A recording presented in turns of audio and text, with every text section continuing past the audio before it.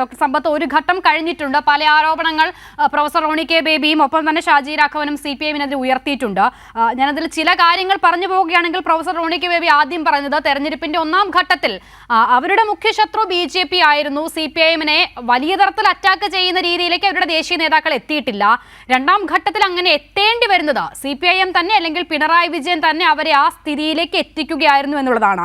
അതിന് മറുപടിയായിട്ട് ഷാജി രാഘവൻ ചോദിക്കുന്നു, അങ്ങനെയെങ്കിൽ ഈ തെരഞ്ഞെടുപ്പിന് ശേഷം ഇപ്പോൾ പരസ്പരം ഏറ്റുമുട്ടുന്ന ഇവർ ഒന്നിച്ചല്ലേ കേന്ദ്രത്തിൽ നാളെ അധികാരത്തിൽ എത്തുകയാണെങ്കിൽ എത്താൻ പോകുന്നത് എന്ന്? ഇവിടെ അസിത ചോദിച്ച ചോദ്യത്തിന് 2019 തന്നെ ഈ കേരള മണ്ണിൽ വന്നിട്ട് ശ്രീ രാഹുൽ ഗാന്ധി സഖാവ് പിണറായി വിജയനെ അറസ്റ്റ് ചെയ്യാത്തത് എന്ത് എന്ന് ചോദിച്ച പൊതുയോഗം പ്രൊഫസർ റോണി മറന്നുപോയിട്ടുണ്ടാവില്ല എന്ന് ഞാൻ വിശ്വസിക്കുകയാണ്. അന്ന് കോൺഗ്രസിൻ്റെ സംസ്ഥാന അധ്യക്ഷൻ ഉൾപ്പെടെയുള്ള പ്രതിപക്ഷ നേതാവ് ഉൾപ്പെടെയുള്ള നേതാക്കന്മാരെല്ലാം ഉണ്ടായിരുന്ന വേദിയിൽ വെച്ച് തന്നെ അത്തരത്തിൽ അതുകൊണ്ടാണ് ഞങ്ങൾ പറയുന്നത്, ഈ കേരളത്തിലെ ചില കോൺഗ്രസ് നേതാക്കന്മാരുടെ ഒരു കോക്കസിൻ്റെ ഉപദേശം കേട്ടുകൊണ്ട് ഇദ്ദേഹം പറയുന്നതായുള്ള ചില വർത്തമാനങ്ങളുണ്ട്.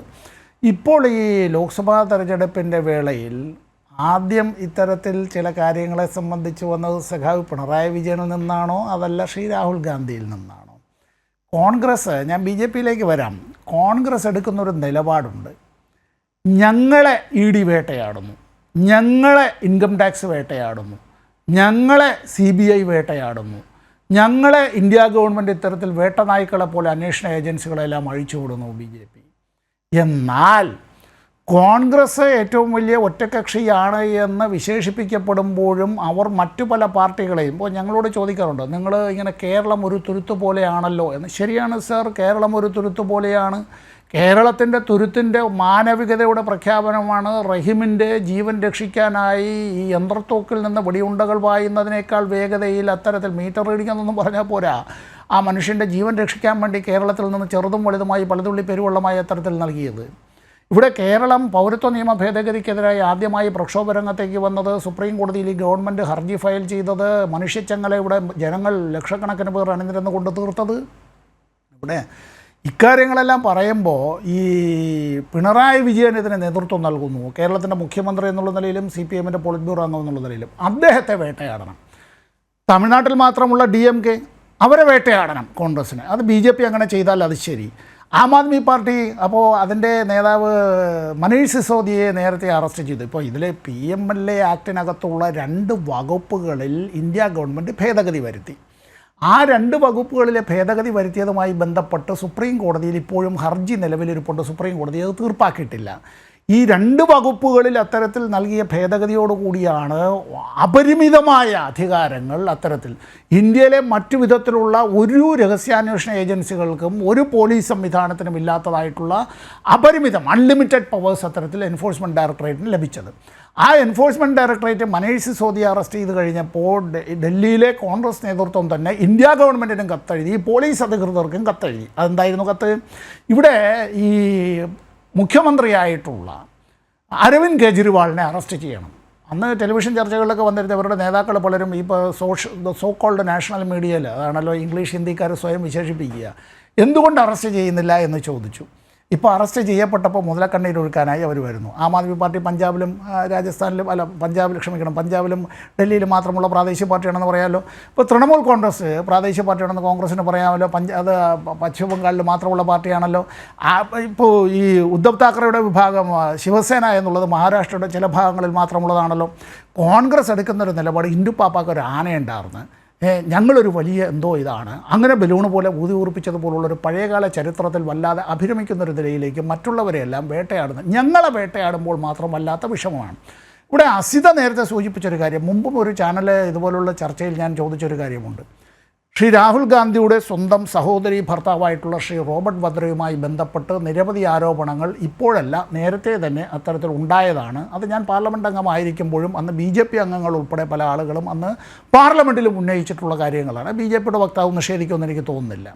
അദ്ദേഹത്തിനെതിരായി ആദായനികുതി വകുപ്പ് റെയ്ഡ് നടത്തുകയും എൻഫോഴ്സ്മെൻറ്റ് ഡയറക്ടറേറ്റ് തുറന്നു വരികയും അതിനെ തുടർന്ന് പിന്നീട് ഇത്തരം കാര്യങ്ങൾ കേസുമായി മുമ്പോട്ട് പോവുകയും 55 കോടി രൂപ DLF ഇലക്ട്രൽ ബോണ്ടുകളായി അത്തരത്തിൽ BJPക്ക് സമ്മാനിക്കുകയും ചെയ്തതിന് ശേഷം റോബർട്ട് വദ്രയുമായി ബന്ധപ്പെട്ട മറ്റു കാര്യങ്ങളില്ല.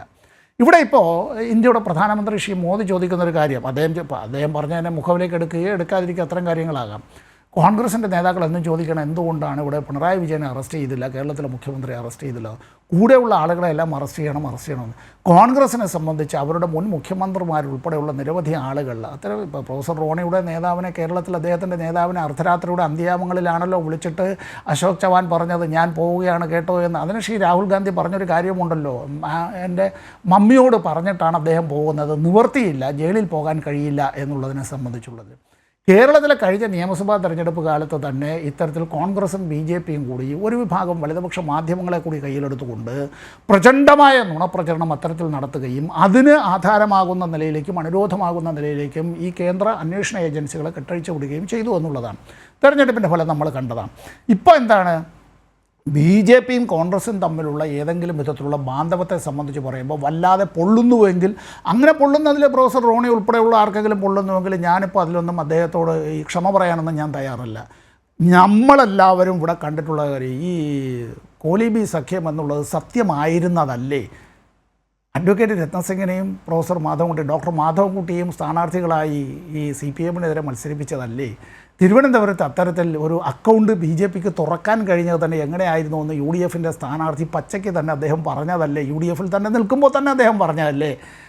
അത് കഴിഞ്ഞതിന് ശേഷം കഴിഞ്ഞ നിയമസഭാ തെരഞ്ഞെടുപ്പിൽ അക്കൗണ്ട് പൂട്ടിച്ചത് എങ്ങനെയാണ് ഇത്തരം കാര്യത്തിൽ? അപ്പോൾ ഇതൊക്കെ പറയുമ്പോൾ കോൺഗ്രസ് എടുക്കുന്നതായിട്ടുള്ളൊരു നിലപാട്, പൗരത്വ നിയമവുമായി ബന്ധപ്പെട്ട് CAA, ആ പൗരത്വ ഭേദഗതി നിയമത്തെ സംബന്ധിച്ച് അവരുടെ പ്രകടന പത്രികയിൽ ഇല്ലാത്തതിനെ സംബന്ധിച്ച് ചോദിച്ചാൽ അതിന് പറഞ്ഞ ഒരുപാട് കാര്യങ്ങളുണ്ട്. ഇപ്പോഴത്തെ ആക്ടിംഗ് പ്രസിഡന്റ് പറഞ്ഞതുണ്ട്, ഇതെല്ലാം ഞങ്ങൾ തിരുത്തുമെന്ന്, ഇന്ത്യൻ ഭരണഘടന ഞങ്ങൾ സംരക്ഷിക്കുമെന്ന് പറഞ്ഞാൽ തന്നെ പിന്നെ പ്രശ്നം പരിഹരിച്ചല്ലോ, പിന്നെ മറ്റു കാര്യങ്ങൾ അതിനകത്ത് പറയേണ്ടതായിട്ടില്ല. ഇവിടെ ഉള്ളത് എന്താണ്? കോൺഗ്രസിൻ്റെ പക്കലുള്ളത് അതൊരു പിണറായി ഫോബിയ ആണ്. സഖാവ് പിണറായി വിജയനെതിരായി, അത്തരത്തിൽ കുടുംബാംഗങ്ങൾക്കെതിരായി, ആ കുടുംബാംഗങ്ങൾ കുട്ടികൾ ഉൾപ്പെടെയുള്ളവരെ കുറിച്ച് അവിടെ വേണമെങ്കിലും അത്തരം കാര്യങ്ങൾ ഇതാണല്ലോ പറഞ്ഞുള്ളത്. എന്ത് കാര്യമാണ് UDF-ൻ്റെ കഴിഞ്ഞ പാർലമെൻറ്റ് തെരഞ്ഞെടുപ്പ്? ഞാൻ പരാജയപ്പെട്ടൊരു സ്ഥാനാർത്ഥിയാണ്. എന്തുകൊണ്ട് പരാജയപ്പെട്ടു എന്നുള്ളതിനെ സംബന്ധിച്ചും നിങ്ങൾക്കെല്ലാം അറിവുള്ളത് തന്നെയാണ്. ഞങ്ങളൊക്കെ പരാജയപ്പെട്ടു. ഇതാ വന്നിരിക്കുന്ന രക്ഷകൻ എങ്ങനെ ഡിച്ചിങ് അമേധി ആൻഡ് റീച്ചിങ് വയനാട്, ഇപ്പോൾ ഇത് ഒരു പ്രധാനമന്ത്രിയും 19 മന്ത്രിമാരുമായി ഇത് അവിടെ ആകേണ്ടതാണ്. ഇതൊക്കെയാണല്ലോ കേരളത്തിൽ അത്തരത്തിൽ ചില ഈ അച്ചടി മാധ്യമങ്ങളും ദൃശ്യമാധ്യമങ്ങളും അത്തരത്തിൽ നടത്തിയ വലിയ പ്രചരണമുണ്ട്. ഒരു പ്രധാനമന്ത്രി ഇവിടെ വന്ന് വരേണ്ടതല്ലേ എന്നുള്ള നിലയിലേക്ക് അതെല്ലാം നടത്തുമ്പോൾ, ഞാൻ പരാജയപ്പെട്ടു എന്ന് സമ്മതിക്കുമ്പോൾ തന്നെ ശ്രീ രാഹുൽ ഗാന്ധി പരാജയപ്പെട്ടത് എത്ര വോട്ടിനാണ് എന്നുകൂടി പ്രൊഫസർ റോണി ഓർക്കണമെന്നുള്ളത്. പരാജയം തന്നെയാണ് എത്ര വോട്ടിന് തോറ്റിരുന്നാലും.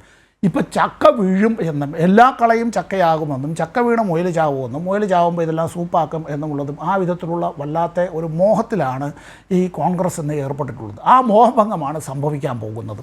കേരളത്തിലെ ജനങ്ങൾ ഇക്കാര്യത്തിൽ കേരളം എടുക്കുന്നൊരു നിലപാടുണ്ട്. ആ നിലപാട്, കേരളം പൊളിറ്റിക്കലി വളരെ സെൻസുള്ള ബോധമുള്ളൊരു സംസ്ഥാനമാണ്. കേരളം വളരെ പൊളിറ്റിക്കലി സെൻസിറ്റീവുമാണ്. ലോകത്തെല്ലാം നടക്കുന്ന കാര്യങ്ങളെ സംബന്ധിച്ചും നമ്മൾ ഇക്കാര്യത്തിൽ അഭിപ്രായമുണ്ട് വ്യക്തമായി. മലയാളിയെ സംബന്ധിച്ച്, കേരളീയരെ സംബന്ധിച്ച് നമ്മുടെ വീട്ടിലും നമ്മുടെ ചുറ്റുവട്ടത്തും നടക്കുന്ന കാര്യങ്ങൾ മാത്രമല്ല. ഇപ്പോൾ ചില BJPക്കാർ ചോദിക്കുമല്ലോ, CAA-യുമായി ബന്ധപ്പെട്ട് കേരളീയർക്ക് എന്താണ്, നിങ്ങൾക്ക് ആർക്കെങ്കിലും ബുദ്ധിമുട്ടുണ്ടോ എന്ന്. എൻ്റെ അയൽവക്കത്തെ വീട് കത്തുകയാണ്, അവിടെ മനുഷ്യർ അത്തരത്തിൽ വെന്ത് ഇപ്പോൾ വെണ്ണീറാകുമെന്നുള്ള അവസ്ഥയിലാണ്. എന്നോട് ചോദിച്ചാൽ മതിയോ, നിങ്ങളുടെ വീട്ടിന് ബുദ്ധിമുട്ടൊന്നുമില്ലല്ലോ, അപ്പുറത്തല്ലേ വീട് കത്തുന്നുള്ളൂ എന്ന്. അപ്പുറത്തെ വീട്ടിലേക്ക് നരഭോജി ഇറങ്ങി അവിടെയുള്ള ആരെങ്കിലും കൊന്നു തിന്നു, അങ്ങനെ ഒരു സംഭവം ഉണ്ടായി. നിങ്ങളുടെ വീട്ടിലേക്ക് വന്നിട്ട് ല്ലോ അപ്പുറത്തല്ലേ വന്നിട്ടുള്ളൂ എന്ന്. അത്തരത്തിൽ നരഭോജിയുടെ കാൽപ്പാടുകൾ കണ്ടാലടക്കം ആ നാട്ടുകാരടക്കം ജാഗ്രത പുലർത്തേണ്ടതായിട്ടുള്ളൊരു കാര്യമുണ്ട്. ഞാൻ ചുരുക്കുന്നതിന് മുമ്പ് ഒരു കാര്യം ഓർമ്മയുണ്ടല്ലോ, അസിതയെല്ലാം കുട്ടികളായിരിക്കുന്ന കാലത്ത് ഈ ഇറാഖ് കുവൈറ്റ് യുദ്ധം ഉണ്ടായി. അതിനെ തുടർന്ന് അമേരിക്കൻ അധിനിവേശം ഇറാഖിന് നേർക്ക് കിടക്കുകയാണ്, ആദ്യത്തെ അധിനിവേശം.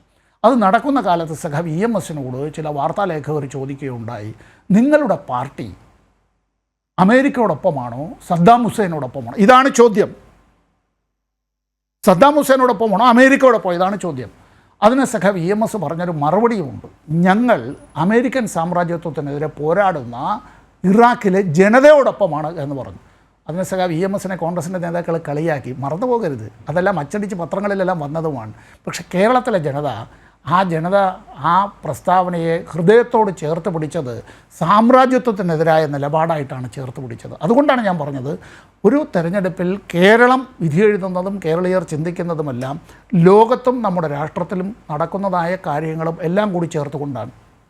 ഇവിടെ ഇടതുപക്ഷ ജനാധിപത്യ മുന്നണിക്കെതിരായി നട്ടാൽ കുരുക്കാത്ത നുണകൾ പറയുന്നതിൽ BJPയും കോൺഗ്രസും പരസ്പരം മത്സരിക്കുകയാണ്. അതിലാകെ ഒരു തലക്കെട്ടുണ്ട് എങ്കിൽ BJP നേതാവിൻ്റെ പേര് മാറ്റിയിട്ട് അവിടെ കോൺഗ്രസിൻ്റെ നേതാവിൻ്റെ പേര് വെച്ചാൽ അച്ചു വേറൊന്നും മാറ്റേണ്ടതില്ല. തിരിച്ചും ഇതുപോലെ തന്നെയാണ് കേരളത്തിലെ വളരെ പ്രധാനപ്പെട്ട പല ദിനപത്രങ്ങളിലും, അല്ല ഈ ദൃശ്യമാധ്യമങ്ങളിൽ പലതിലും വന്നാൽ പോലും അവിടെ എഴുതി കാണിക്കുന്ന സ്ക്രോളിലും ആ BJPയുടെ കോൺഗ്രസിൻ്റെ നേതാക്കളുടെ പേര് മാത്രം മാറ്റിയാൽ മതി. രണ്ടുപേരും പറയുന്ന കാര്യങ്ങൾ ഒന്ന് തന്നെയാണ്.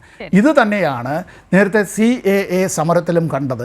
ആ സമരവുമായി മുമ്പോട്ട് പോയി കുറച്ച് കഴിഞ്ഞപ്പോൾ KPCCയുടെ അന്നത്തെ പ്രസിഡന്റ് ഇത് ഇന്ത്യ ഗവൺമെൻറ് നടപ്പാക്കിയ നിയമമാണ്, കേരളത്തിൽ എങ്ങനെയാണ് നടപ്പാക്കില്ല എന്ന് പറയുക, നിങ്ങൾ സമരത്തിൽ നിന്ന് ഇങ്ങ് പോന്നേക്ക് എന്ന് പറഞ്ഞു. എന്ത് ന്യായീകരണമാണ് അതിൽ നിന്ന് വിട്ടുപോകാനുണ്ടായത്? രാഷ്ട്രീയമായ മറ്റേതെങ്കിലും വിധത്തിലുള്ള പ്രചരണമായിട്ട് അത്തരത്തിൽ LDF UDF വൈരുദ്ധ്യത്തിലേക്കൊന്നുമല്ല പോയത്. ആ സമരത്തിൻ്റെ തുടക്കം മുതൽ അങ്ങേയറ്റം വരെ അതിനെ LDF എന്നുള്ള നിലയിലല്ല, കേരളം എന്നുള്ള നിലയിലാണ് അതിനെ കണ്ടത്. BJPക്ക് അതുകൊണ്ട് തന്നെ ഒരുപാട് അമർഷമുണ്ട്, പ്രതിഷേധമുണ്ട്. നമ്മളത് ചർച്ച ചെയ്തിട്ടുള്ളതാണ്. മാത്രമല്ല ഈ ഏറ്റവും അവസാന ഘട്ടത്തിൽ പോലും ഈ നിയമത്തിനെതിരെ സുപ്രീം കോടതിയെ സമീപിക്കുമെന്ന് പറയുന്ന ഘട്ടത്തിൽ കേരളത്തിലെ പ്രതിപക്ഷ നേതാവാണ് അതേ വാദം ആവർത്തിച്ചത്, കേന്ദ്രം നടപ്പിലാക്കിയ നിയമത്തിൽ നിന്ന് എങ്ങനെ കേരളത്തിന് മാറി നിൽക്കാനാകുമെന്ന്.